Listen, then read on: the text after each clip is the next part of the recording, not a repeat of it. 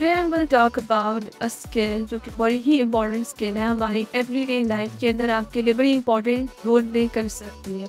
हम ऐसे कई लोग होते हैं जो इमोशन को बड़ा इंटेंसली एक्सपीरियंस करते हैं, विच मीन्स कोई भी इमोशन हो बड़ा ओवर पावरिंग, बड़ा ओवरवेलमिंग अंदाज में हमारे ऊपर इफेक्ट कर रहा होता है। कुड बी एनी इमोशन, आपका रेज भी हो सकता है, पैनिक अटैक हो सकता है, सिवियर एंजाइटी हो सकती है, फीवर हो सकता है, या आप कहीं अर्ज ऑफ सुसाइड भी हो सकती है। डिफरेंट ऐसी सिचुएशंस होती हैं जिसके अंदर हमारे इमोशंस हमारे ऊपर कंट्रोल ले लेते हैं, जिसमें इंसान अक्सर ऐसे फैसले ले रहा होता है, अक्सर ऐसे डिसीजंस की तरफ जा रहा होता है जो बाद में हमारे लिए बड़े प्रॉब्लमैटिक हो जाते हैं। उस मोमेंट में क्योंकि हम राइट स्टेट ऑफ माइंड में नहीं होते, इमोशंस अपने पावर अपनी ले चुके होते हैं, तब इंसान नहीं सही तरीके से फैसला ले पाता।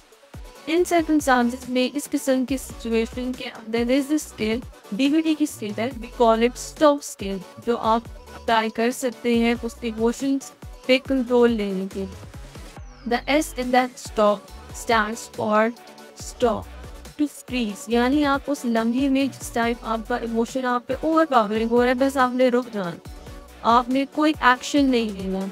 जो भी इमोशन है लेट इट बी, आ रहा है उसको आने दें, जैसा भी आप एक्सपीरियंस कर रहे हैं, बस कोई एक्शन ना लें।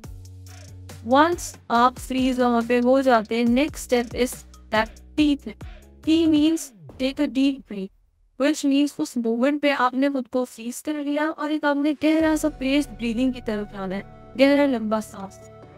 Hold your breath, breathe through your nose, take 4 seconds to breathe. Hold it for 4 seconds, then exhale it through your mouth in next 4 to 5 seconds. जितना slowly and gradual breathing आप करेंगे, उतना ज़्यादा इस सिचुएशन में आपके नर्वस सिस्टम को वो काम डाउन करने में हेल्प करेगा। क्योंकि जब इंसान एक इमोशन को इंटेंसली एक्सपीरियंस करता है, उस टाइम के अंदर मुद्दा कुछ इस तरीके से है कि आपका नर्वस सिस्टम जो है वो एक्टिवेट हो जाता है। जब वो एक्टिवेट होता है, आपका fight and flight response increase होता है, वो बढ़ जाता है। तो जब आप फेस ब्रीदिंग करते हैं तो आप अपने उस नर्वस सिस्टम को काम डाउन करने की तरफ लेके जाते हैं, कामिंग सिचुएशन के, कामिंग मूवमेंट की तरफ लेके जाते हैं। फिर जब आप काम डाउन हो जाते हैं, now the next is O in that stop. O means to observe your surrounding, आपके एनवायरनमेंट में वो क्या रहा है, क्या चीज़ आपको ट्रिगर कर रही है, इमोशन में क्या फील कर रहा हूँ। There are few questions that you have to ask yourself. First is what am I feeling, what is making me feel this way. क्या ऐसा सिचुएशन है, क्या ऐसा सिनेरियो है, सर्कमस्टांसेस है मेरे एनवायरनमेंट में, एग्जैक्टली क्या चीज़ें जो मुझे ऐसा फील करने की तरफ ले जा रही है। हु इज इन्वॉल्व्ड, कौन मुझे इस सिचुएशन में ऐसा फील करवा रहा है, सर्कमस्टांसेस के, एनवायरनमेंट क्या है, मैंने कैसे लेके चीज़ों को चलना है। ऑब्जर्व एवरीथिंग अराउंड, क्या चीज़ें इस मोमेंट पे मुझे ऐसा फील करवा रही हैं। जब आप उसको सोचने में कुछ टाइम लगाएंगे, it will help you take better decisions, क्योंकि आपका इमोशनल ब्रेन जो है वो इस टाइम तक शट डाउन कर जाएगा एंड आपका जो लॉजिकल ब्रेन है वो एक्टिवेट हो जाएगा।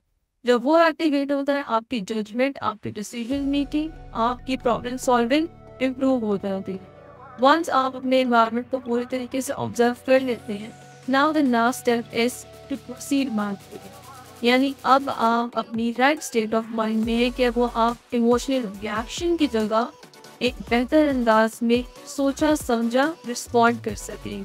यानी वो सारे सिनेरियोज जहाँ पे आप इमोशनली ट्रिगर होके एक ऐसे डिसीजन दे सकते हैं जो बाद में आपके लिए प्रॉब्लमेटिक होंगे। ये वाली स्टाइल आपको उस लम्हे में एक बेहतर डिसीजंस की तरफ ले जाएगी और एक एक्सट्रीम स्टेप उठाने से पहले ही पहले होगी।